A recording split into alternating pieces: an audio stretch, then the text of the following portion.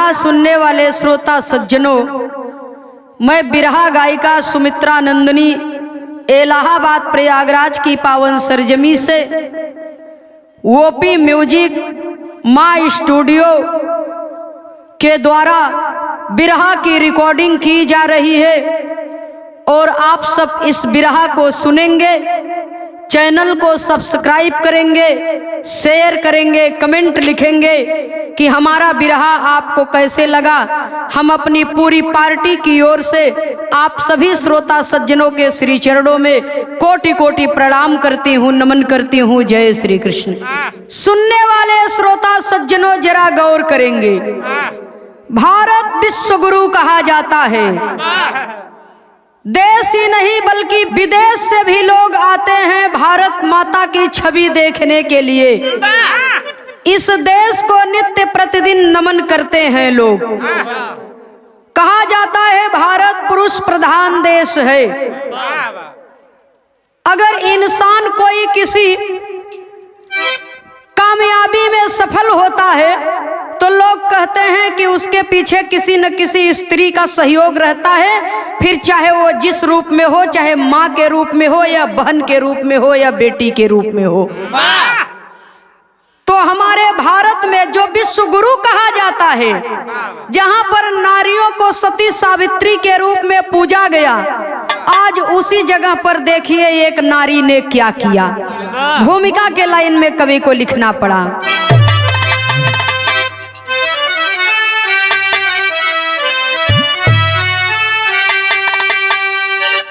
मानो खुद गर्ज है क्या यही फर्ज है, पति पत्नी का रिश्ता क्या पावन नहीं। घटाए गरिजन करे नभ न सरिजन करे, बादल जलना भरे वो क्या सावन नहीं। गाय चरती रहे बंसी बजती रहे, लोग मस्ती करे क्या वो मधुबन नहीं। शिक्षित घाती करे विष है छाती भरे, विश्वास घाती करे क्या वो रावण नहीं।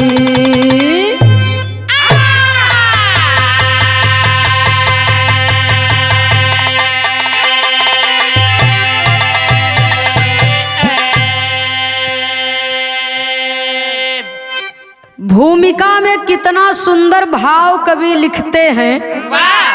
मानव खुद गर्ज है क्या यही फर्ज है, मानव खुद गर्ज है क्या यही फर्ज है, पति पत्नी का रिश्ता क्या पावन नहीं।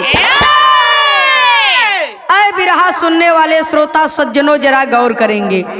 मानते हैं मानव खुद गर्ज है, क्योंकि बगैर अपने गर्ज का क्यों कोनो काम करत नहीं।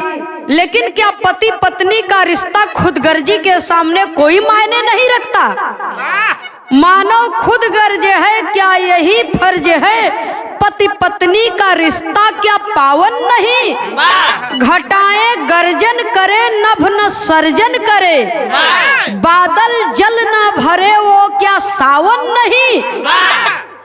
सावन का पावन महीना अगर चलत बा तो घटाएं गर्जना कर रही हैं, चारों तरफ बादल घिरा हुआ है। अगर बादल घिरने के बावजूद भी पानी न बरसे तो क्या सावन नहीं कहा जाएगा? उसे तो हम सावन ही कहेंगे। अगर सावन का महीना है तो सावन ही कहेंगे, फिर बारिश हो या ना हो। गायें चरती रहे बंसी बजती रहे, लोग मस्ती करे क्या वो मधुबन नहीं। गायें चरती रहे बंसी बजती रहे, हमारे दिल में प्रेम के लिए उद्गार उठे और हम कोई अच्छा कार्य करें, प्रेम से समाज में रहें, तो क्या वो मधुबन नहीं कहलाएगा? शिक्षित घाती करे विष है छाती भरे, विश्वासघाती करे क्या वो रावण नहीं? शिक्षित होकर के भी जिस इंसान के पास शिक्षा का अभाव है वो नित्य प्रतिदिन अपराध कर रहा है। रावण को दुनिया गाली देती है, रावण को संसार गाली देती है कि अरे रावण बड़ा पाजी था, बहुत पापी था, लेकिन अपने भीतर के रावण को कोई देखता नहीं है कि मेरे अंदर भी एक रावण छुपा हुआ है। तो कवि को संकेत करना पड़ा। बिरहा में एक लाइन गजल का भाव है बाबूजी।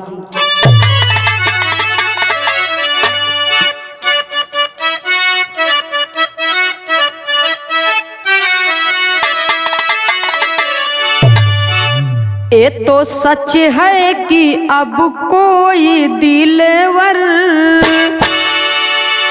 ये तो सच है कि अब कोई दिलवर दिल लगाने के काबिल नहीं है।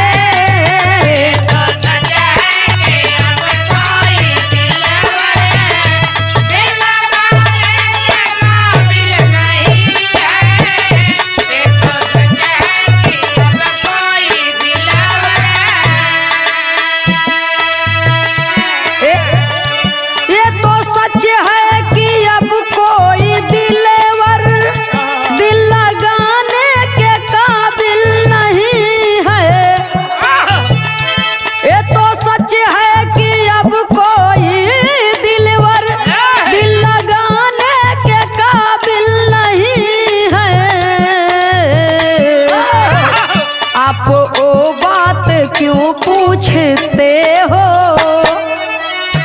आप, ओ बात क्यों पूछते हो जो बताने के काबिल नहीं है।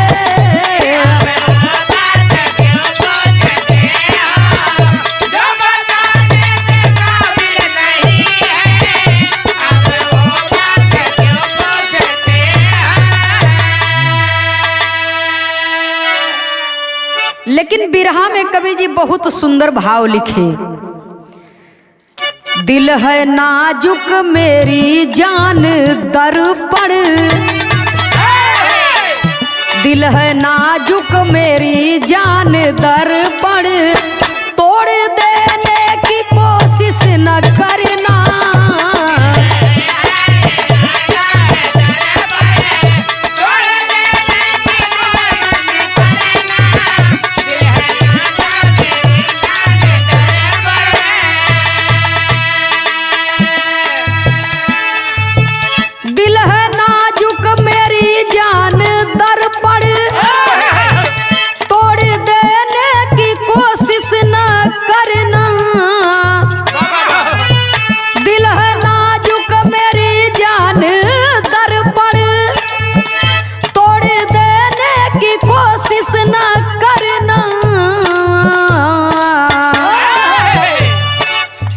टूट जाने पर जुड़ ना सकेगा,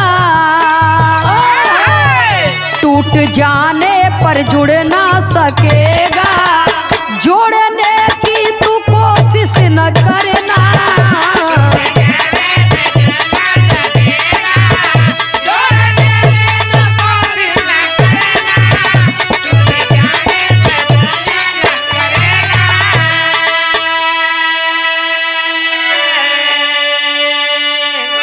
दूसरे का सूरत सब निहारत है, लेकिन आपन कोई निहारे के तैयार नहीं बा।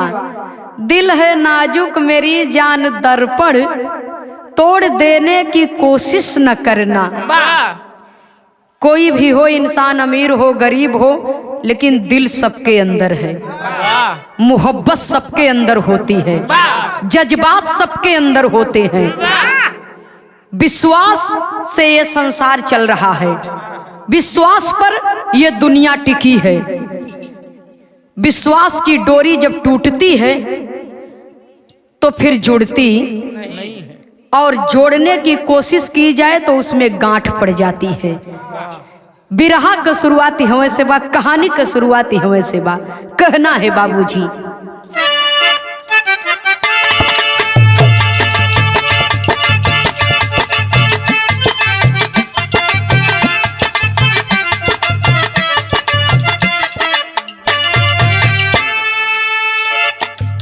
वाराणसी जनपद में स्थित एक चिरई गांव सुनो।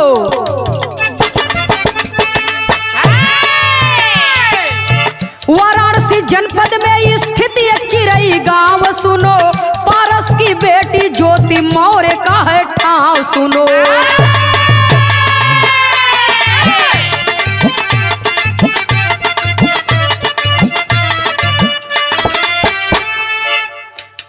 हुई सयानी शादी की चिंता सताने लगी। हुई सयानी शादी की चिंता सताने लगी, बेटी का बोझ एक बाप को भरमाने लगी।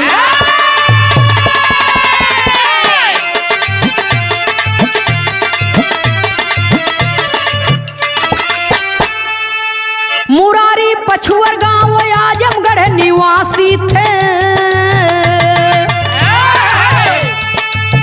मुरारी पछुअर गांव आजमगढ़ निवासी थे, बेटा या लोग सफाई कर्मी में अभिलाषी थे।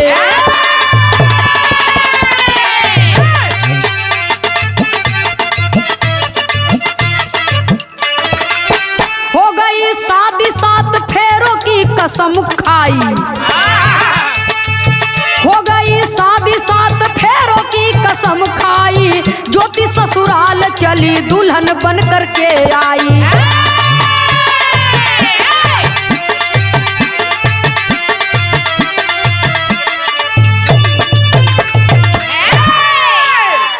सुनने वाले श्रोता सज्जनों, ऐतिहासिक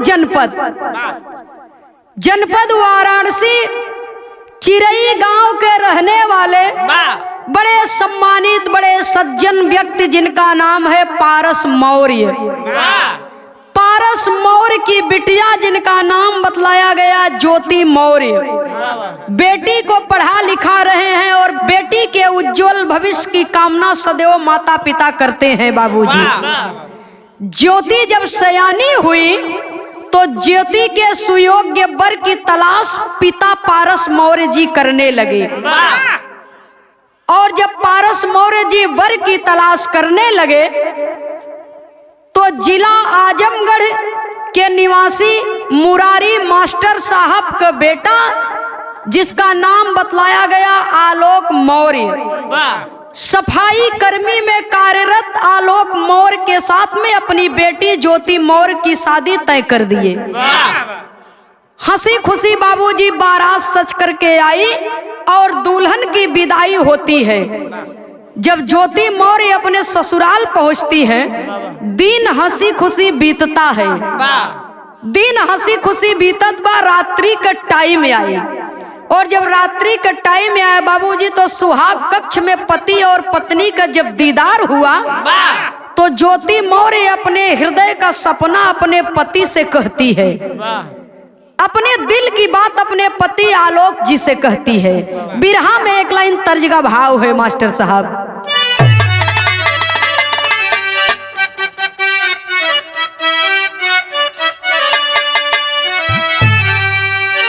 माता बहन लोग गावे, अरे प्रीतिया काहे के लगौला, बेकल जिया रहलो न जाए। लेकिन अपने पति का प्यार जब पाई है बाबूजी तो पति से कहती है, अरे सनहिया कबो न भूलैहा, सनहिया कबो न भूलैहा, सजन दिल लिहला बसाए।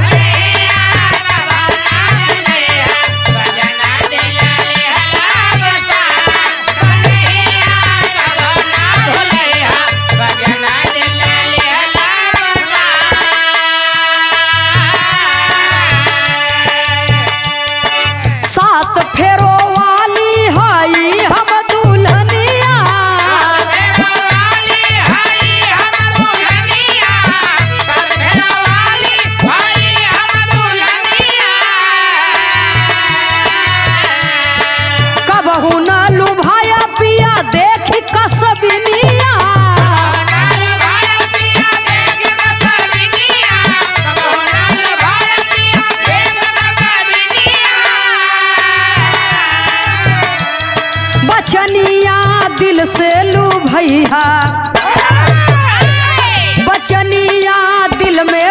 बसैया सजन दिल लिहले बिठाए बचनिया दिल में बसैया सजन दिल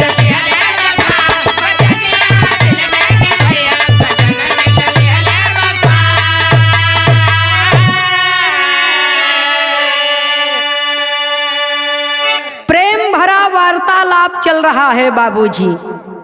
दोनों प्राणी एक दूसरे के समझावत हैं।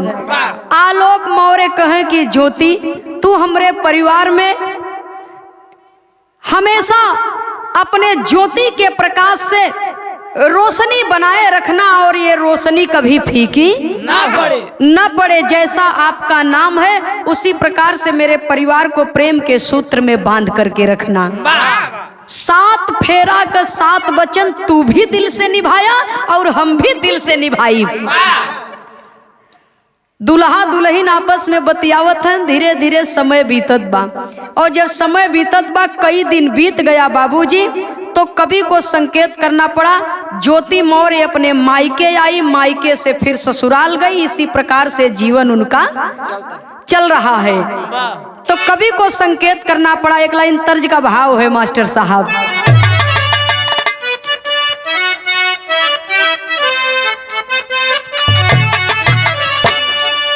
सैया ले गई जिया तेरी पहली नजर। लेकिन दुल्हा दुल्हन में गजब का प्रेम बा।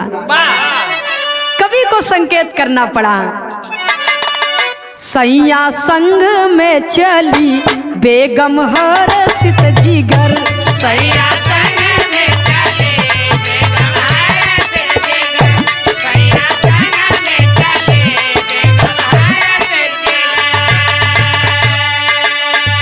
कैसा जादू की ना पिया मो पे वो जादूगर। सैया संग में चली बेगम हरसित जिगर। सैया संग में चली बेगम हरसित जिगर। सैया संग में चली बेगम हरसित जिगर। अब तो पति संग अपना था साथ साथ में कि हमको चलना था।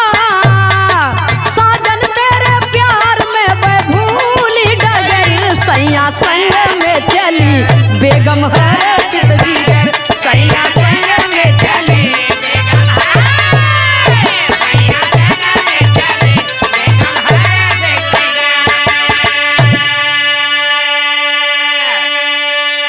सुने वाले बाबूजी अपने पति से कहती हैं ज्योति मौर्य जी कि मेरे हृदय का कुछ सपना है, मेरे दिल का कुछ सपना है, मैं पढ़ना चाहती हूँ, क्या आप मेरा साथ देंगे? जब ये इतना बात बाबूजी सुनते हैं आलोक मौर्य, बहुत अच्छी बात है। अगर आप पढ़ना चाहती हैं, आगे की पढ़ाई करना चाहती हैं, तो मेरा ही नहीं मेरे पूरे परिवार का सहयोग आपके साथ में रहेगा।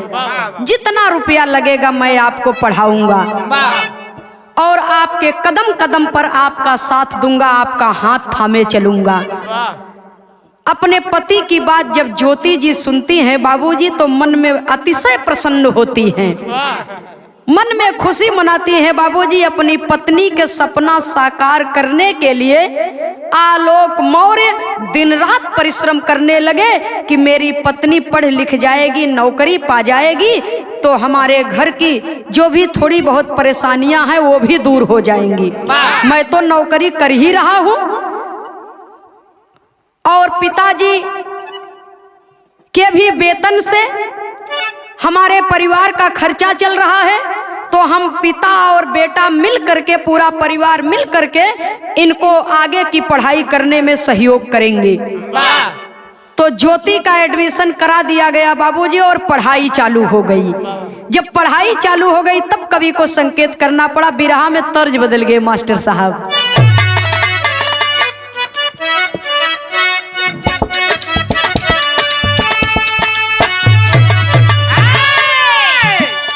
रतिया की हो करार बगिया में, रतिया की हो करार बगिया में भोरव बन चलायू ना।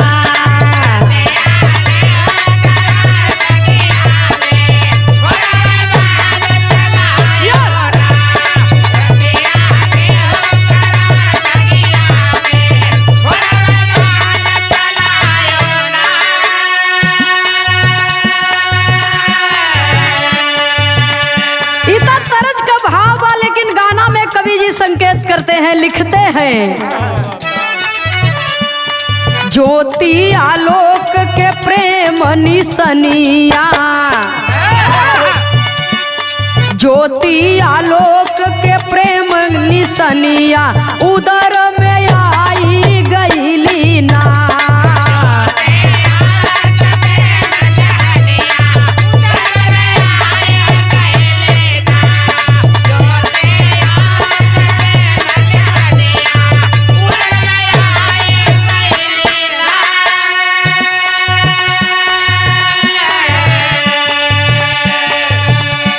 परीक्षा 2015 में दिहली हंसी खुशी बिटिया जन्मवली।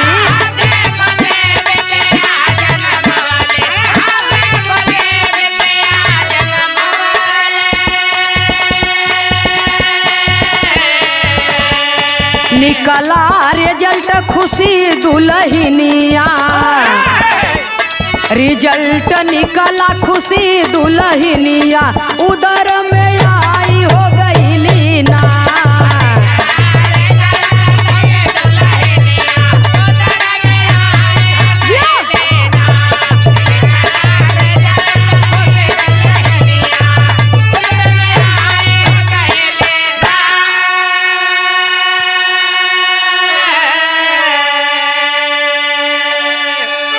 इसी बीच पढ़ाई के दौरान बाबूजी आलोक और ज्योति के प्रेम से ज्योति गर्भवती हुई, और जब ज्योति गर्भवती हुई तो बताया जाता है 2015 में वो परीक्षा देती है, और उसी बीच में बेटी भी दो बेटी पैदा हुई, और खुशी अपार है, इसलिए हंसी और खुशी दोनों बेटी को बुलाने लगे लोग।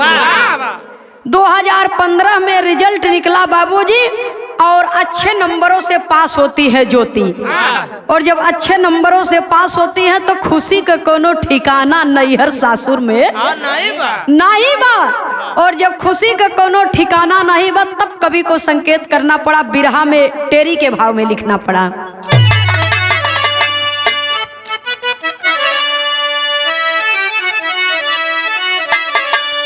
अरे मोरे राम,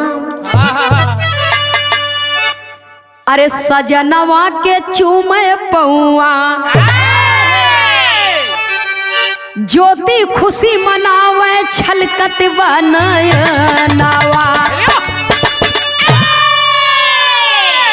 खुशी का आंसू नयन से छलक पड़ा कि आज मेरे पति की परिश्रम मेरे जीवन को साज दिया, संवार दिया, मेरे परिवार का आशीर्वाद मेरे जिंदगी में रंग भर दिया। खुशी के आंसू ज्योति के आंखों से छलक पड़े। पूरा का पूरा परिवार जब खुशी मना रहा है तो हुआ क्या, बिरहा में फिर तर्ज बदली मास्टर साहब।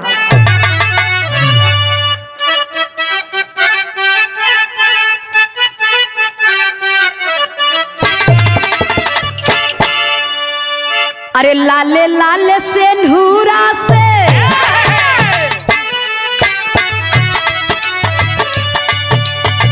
लाले लाले से नूरा से चमके लाली लहरावा की ज्योति निकले, हाँ हाँ ज्योति निकले, जैसे सूरज की रनिया की ज्योति निकले, हाँ ज्योति निकले, जैसे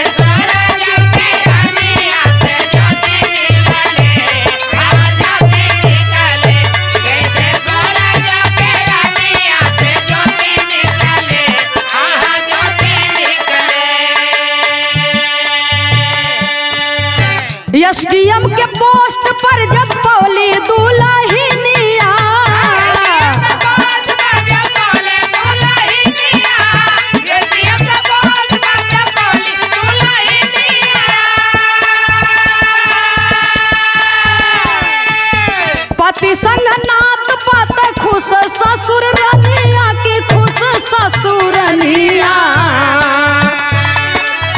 नैहरो ससुरावा में, नैहरो ससुरावा में बाजेला सितारावा की ज्योति निकले, हाँ हाँ ज्योति निकले, जैसे पोसल बदनिया की ज्योति निकले, ओ की ज्योति निकले, जैसे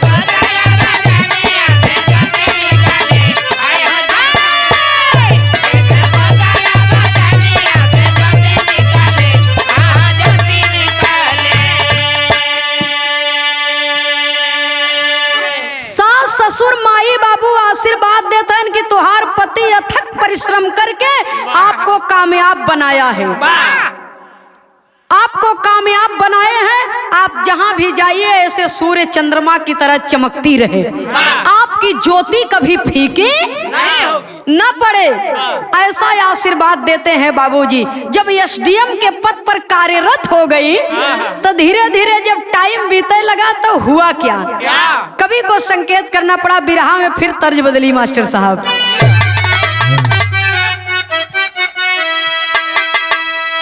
अरे राम भुलाई गईली बबुनी, कबो कबो रुतबा और पैसा इंसान के अंधा बना देता है। ए बाबू भुलाई गईली बबुनी, ए सुनाई वाले भैया भुलाई गईली बबुनी, ऊ है पियावा के रीत हो भुलाई गईली बबुनी।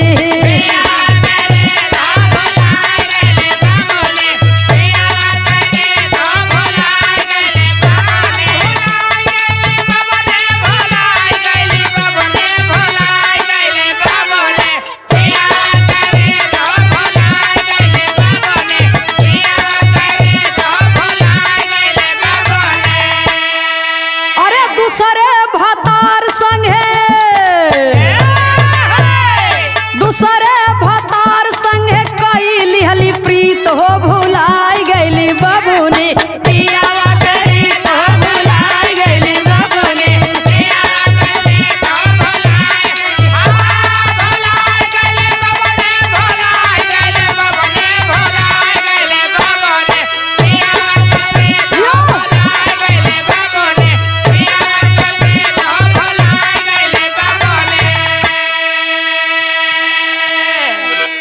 कहा जाता है धन का बढ़ना ठीक है लेकिन मन का बढ़ना नहीं ठीक है। बेवफाई पेश कर लागी तब जननवा,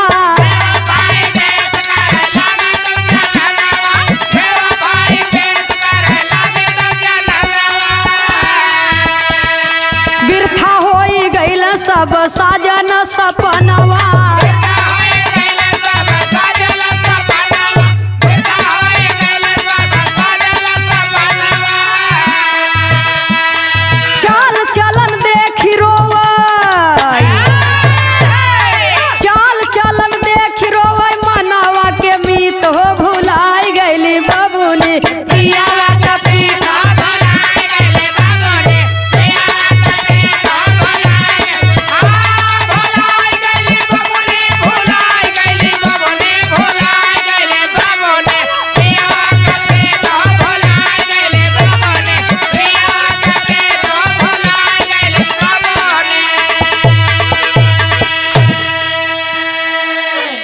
सुनने वाले बाबूजी, कहा जाता है मोहब्बत अंधी होती है, लेकिन अगर केहू अनपढ़ गंवार ऐसन काम करे, अरे मारा सरवा के एकदम पढ़ा लिखा तनको नहीं रहा, गंवार बा ओके कौन बुद्धि है बा।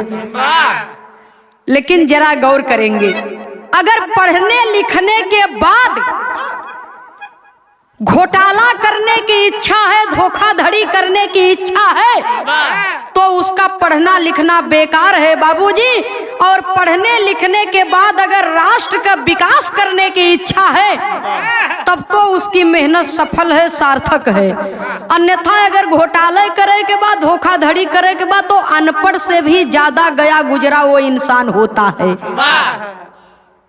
आज पावर, रुतबा ज्योति को अपने पति से बेवफाई करने पर मजबूर कर दिया।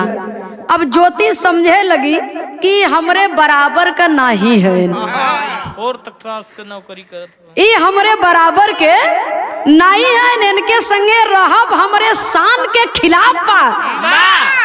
धीरे धीरे मन बहकई लगा, और जब मन बहकई लगा बाबूजी, तो बताया जाता है आईपीएस अधिकारी home guard commandant Manish Dubey, IPS अधिकारी मनीष दुबे होमगार्ड कमांडेंट से उसकी मोहब्बत हो गई। और जब मोहब्बत हो गई, प्रेम जब परवान चढ़ा, तब दोनों बिना एक दूसरे के देखे रही नहीं पावत है। तो धीरे धीरे ज्योति के चाल चलन में फर्क आवे लगा, बात व्यवहार में फर्क आने लगा। जब बात व्यवहार में फर्क आने लगा, तो आलोक अपने मन में सोचने लगे कि मेरी ज्योति तो ऐसी नहीं थी, मेरी ज्योति का व्यवहार ऐसा नहीं था। बात क्या है? अब ज्योति का व्यवहार बदला हुआ क्यों है, इसके तह तक पहुंचने के लिए आलोक मौर्य प्रयास करने लगे। और जब आलोक मौर्य प्रयास करने लगे, तो हर दुल्हनिया का करता। बिरहा में एक लाइन तर्ज लगी मास्टर साहब,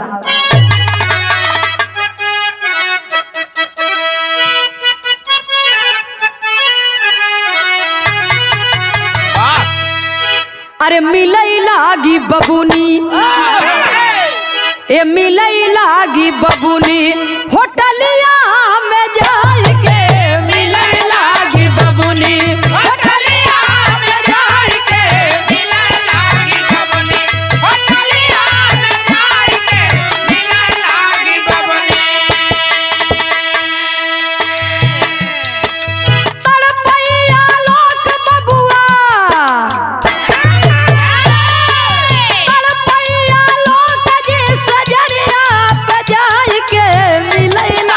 बबुनी होटलिया पे जाई के मिलई लागी बबुनी, होटलिया पे जाई के मिलई लागी बबुनी, होटलिया पे जाई के मिलई लागी बबुनी। सुने वाले बाबूजी, गीता में श्री कृष्ण भगवान भी कहे हैं राधिका से कि राधे, जब किसी पुरुष का कदम बहकता है, वो गलत रास्ते पर चलता है, तो सिर्फ अकेला पुरुष ही दोषी होता है, सिर्फ उसकी ही जिंदगी खराब होती है, और उसके ऊपर परिवार का जो नाज होता है वो टूटता है, लेकिन धीरे धीरे फिर संभल जाता है। लेकिन जब एक स्त्री का कदम गलत रास्ते पर जाता है, तो पूरे समाज का कदम गलत रास्ते पर चल जाता है। तब कवि को संकेत करना पड़ा। मनीष दुबे से जब चोरी चोरी मिलने लगी एसडीएम ज्योति मौर्य जी, और जब मुलाकात होने लगी, तो धीरे धीरे जब टाइम बीते लगा, तो जौन हर मनीष दुबे का औरतिया बा, ऊकर नजर एक दिन पड़ गई। और जब उसकी नजर एक दिन पड़ गई, तो उसने धीरे धीरे झांक ताक करना प्रारंभ कर दिया, खोजबीन चालू कर दिए। और जब खोजबीन चालू कर दिया, तो दोनों एक दिन रंगे हाथ दोनों को देखती है। आपत्तिजनक स्थिति में दोनों के प्रेम प्रसंग को जब देखती है, तो उसके मन में बहुत ठेस लगा कि ये मेरा पति है। 7 फेरों के साथ 7 वचन लिया, पूरे समाज के बीच में मुझसे शादी किया, विवाह के बंधन में बंधा, और मेरे प्रेम के अलावा ये किसी और से प्रेम करता है। क्या मेरे अंदर कोई कमी है? जब इतना बात अपने मन में सोचती है बाबूजी, 1-2 बार समझाने का प्रयास करती है, लेकिन मनीष समझने का प्रयास नहीं किया। और प्रेमिका ज्योति से मिलता रहा बाबूजी। और जब एक दिन होटल में गई मिलने के लिए, तो उधर उसकी पत्नी मनीष दुबे की पत्नी आलोक के पास फोन करती है। तो हुआ क्या, अंतरे के लाइन में कवि को संकेत करना पड़ा।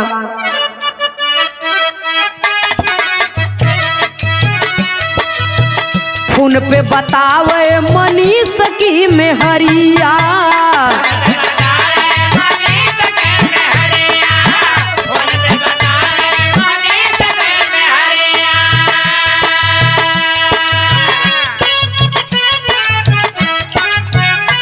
मनीष संग पकड़ी गई ज्योति गुजरिया।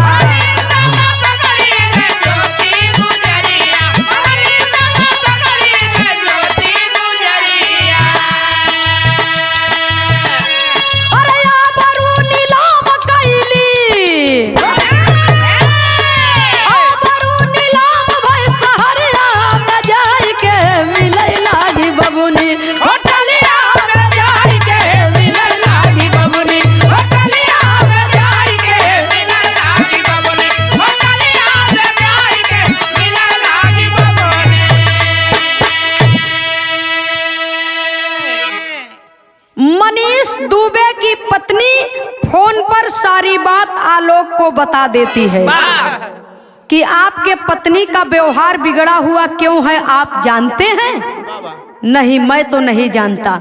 शायद वो किसी उलझन में है। उलझन में नहीं है, आपको उलझन में डाल रही है। आप आइए, मैं आपको दिखाती हूँ कि आपके प्रति उसका व्यवहार क्यों गड़बड़ है। सारी बात फोन पर बता देती है बाबूजी, और मनीष और ज्योति को पकड़वाने के लिए आलोक को बुला करके बाबूजी भेज देती है जिस होटल में ये दोनों थे।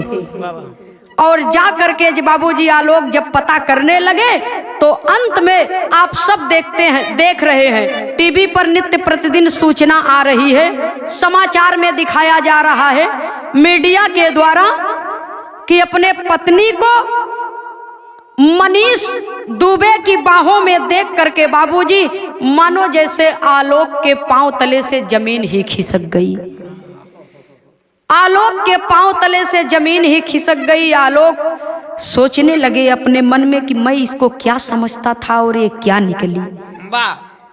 मैंने अपनी पूरी पूंजी लगा दिया, अब अथक परिश्रम करके मैंने इसको कामयाब बनाया, और इसने मेरे साथ ही नहीं बल्कि मेरे पूरे परिवार के साथ में धोखा किया।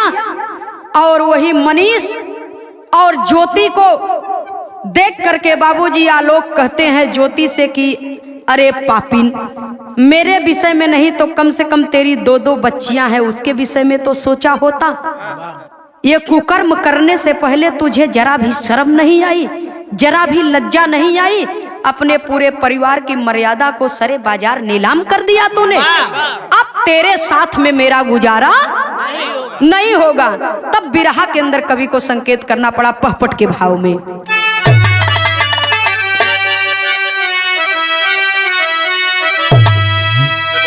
अरे पति पत्नी का रिश्ता कितना प्यारा दुनिया जानता। अरे पति पत्नी का रिश्ता कितना प्यारा दुनिया जानता, और प्यार में कितने बन जाते हत्यारा दुनिया जानता।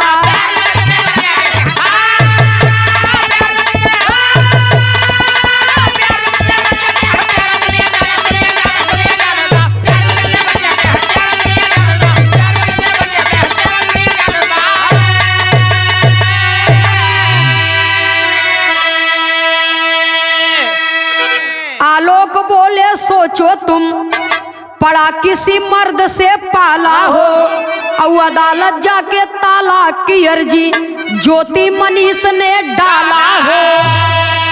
अरे मेहनत करके हमने तुम्हें निखारा दुनिया जानता, और जज सामने हुई है वारा न्यारा दुनिया जानता। जब पति ने रंगे हाथों पकड़ लिया, सारी बात को जान लिया,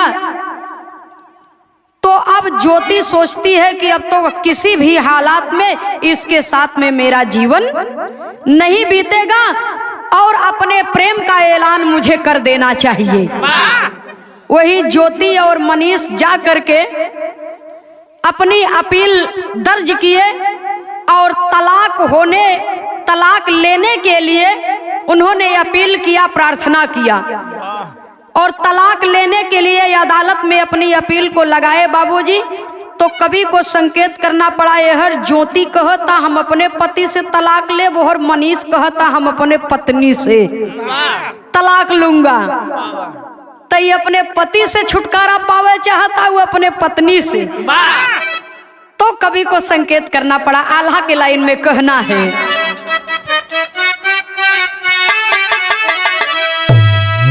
अरे पावर वाला रोब जब, तब पावर वाला रोब जब कपारे चढ़ ही गई ले भैया।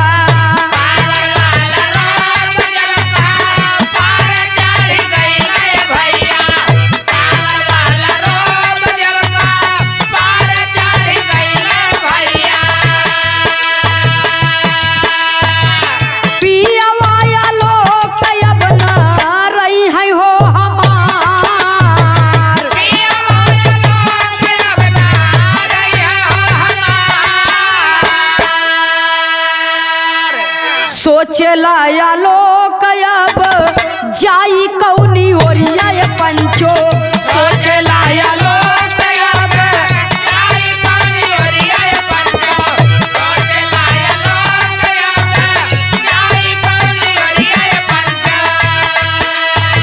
सोशल मीडिया पे जाके कैले ही जहार,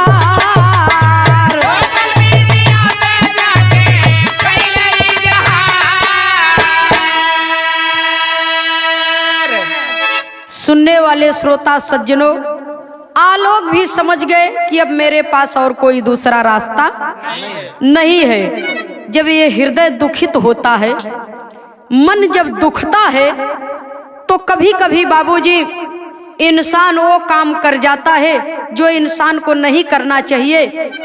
लेकिन जब ये मन दुखित है बाबूजी, तो कोई रास्ता सूझता नहीं है। और पावर का रोप चढ़ावा दोनों जने का कपारी, ये दोनों सोचा था मनीष दुबे एसडीएम ज्योति सोचा था कि हमरे पास पावर बा, पैसा बा, रुतबा बा। और मनीष सोचा था वो ससुर हमार का करी है, उनके तो हम जब चाहब तब एक झटके में खत्म कर दे। और तमाम ऑडियो रिकॉर्डिंग भी आप सबके सामने मीडिया ने प्रस्तुत किया, जिसमें तमाम प्रकार की साजिश बाबूजी दोनों प्रेमी और प्रेमिका मिलकर के पति को मारने की साजिश रच रहे हैं। लेकिन वो सच है कि झूठ है, अभी इसका वारा न्यारा नहीं हो पाया है। तो आलोक सोशल मीडिया पर अपनी बात को कह दिए कि ताकि दुनिया के लोग जाने, हो सकता है मुझे न्याय मिले। तो कवि को संकेत करना पड़ा। आल्हा के लाइन में ही अभी तीसरी लाइन में कहना है, अरे अथक परिश्रम मोरा माटी होई गइले बाबू,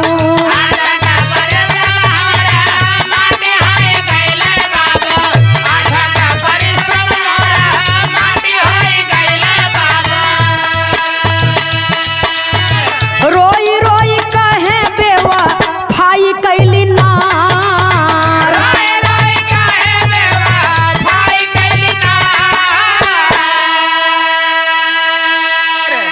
ज्योतियो मनीष के सब लोग अधिकारे भैया,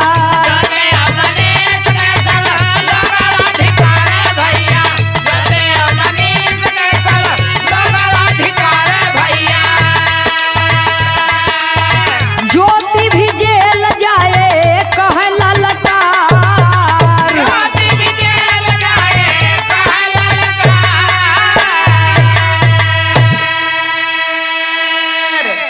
सुनने वाले श्रोता सज्जनों, जब सारी जानकारी हो गई तो कानूनी कार्रवाई शुरू हो गई।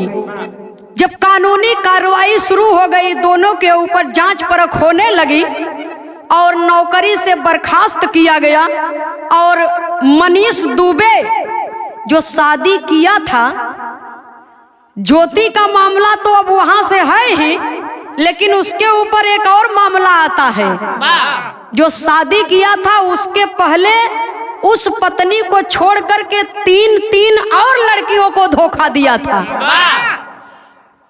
और वो भी मामला जब सामने आया तो धोखाधड़ी के मामले में मनीष को तो जेल भेज दिया गया, मनीष दुबे को जेल भेज दिया गया। और ज्योति मौर्य की अभी छानबीन चल रही है कि जो रिकॉर्डिंग है वो सही है कि गलत है, इसी की आवाज है कि किसी और की आवाज है, क्या सच है क्या झूठ है, वो कार्रवाई अभी चल रही है बाबूजी। तो कवि को संकेत करना पड़ा, कहना है,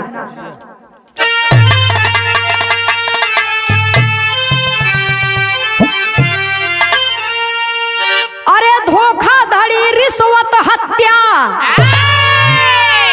धोखाधड़ी रिश्वत हत्या, अरे साजिश जे करी है बाबू, धोखाधड़ी रिश्वत हत्या साजिश जे करी है, सस्पेंड हो के दोनों काल की कोठरिया जई है।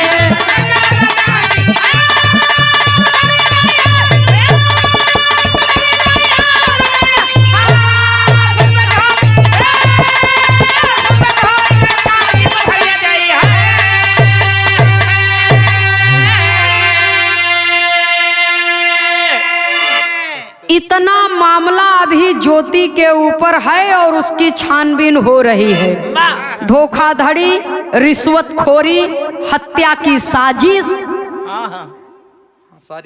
सारी धाराएं जो है उसको लगाया गया है और छानबीन चल रही है कि क्या कहां तक बात सही है और कहां तक बात गलत है।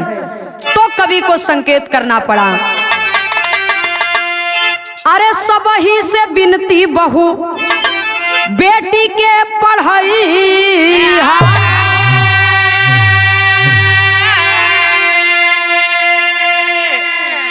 एक ज्योति के कारण अनेक बेटी बहू जिन रोवई।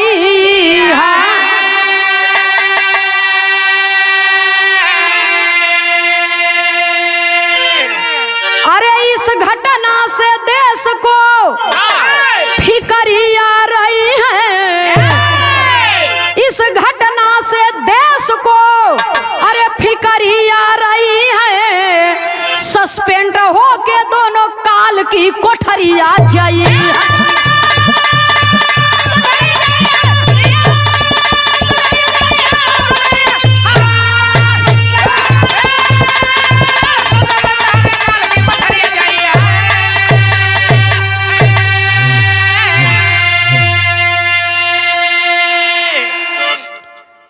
एक ज्योति के गलत कार्य के कारण तमाम बहु बेटियों के हृदय का सपना चूर चूर हो गया बाबूजी। तो हम अपने भारतवासियों से अपील करना चाहते हैं बिरहा गीत संगीत के माध्यम से कि आप लोग ऐसा न करें। अगर एक ने गलती किया तो उसकी गलती की सजा सबको नहीं मिलनी चाहिए। जो नेक रास्ते पर चलने वाला है वो नेक रास्ते पर चलेगा ही हर हाल में। उसके ऊपर कोई गलत बात की आंधी तूफान के चोट लगने वाली नहीं है। इसलिए एक ज्योति के गलत फहमी के कारण आप लोग अपनी बहु बेटियों को सताइए मत, उनके सपने को चूर चूर मत कीजिए, उन्हें अच्छी शिक्षा दीजिए और शिक्षा के साथ साथ उन्हें सभ्यता और संस्कृति से परिचय कराइए कि एक बेटी वो भी थी, झांसी की रानी लक्ष्मीबाई, झलकारी बाई, रानी सारंधा, तमाम बेटियां अपने देश के लिए मर्दों के कंधा से कंधा मिला करके चली और अपने देश को आजादी दिलाने में अपने प्राणों की आहुति दे दी। तो बनना हो तो झांसी की रानी बनो, सती सावित्री बनो, सती अनसुईया बनो, पर ज्योति मौर्या मत बनो। इसलिए एक के गलती की सजा सबको मिलनी नहीं चाहिए, ये गलत है। कवि को संकेत करना पड़ा आखिरी और अंतिम प्रमाण में। देखते हैं ज्योति की ज्योति कहां तक लेकर के जाती है जिंदगी को। सच होता है कि झूठ होता है, जो भी मामला उस पर दर्ज हुआ है उसकी खोजबीन चल रही है। जो भी होगा वो फैसला आप लोग के सामने आ ही जाएगा। आखिरी लाइन में कवि को संकेत करना पड़ा।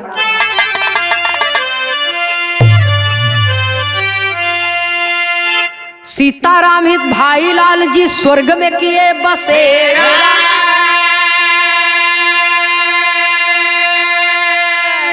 शंकर शोभनाथ विजय कवि चेतो अभी सबेरा।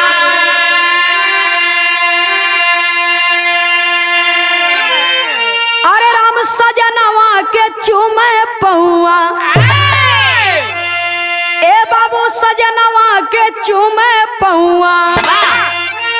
नंदनी खेमराज गुरु से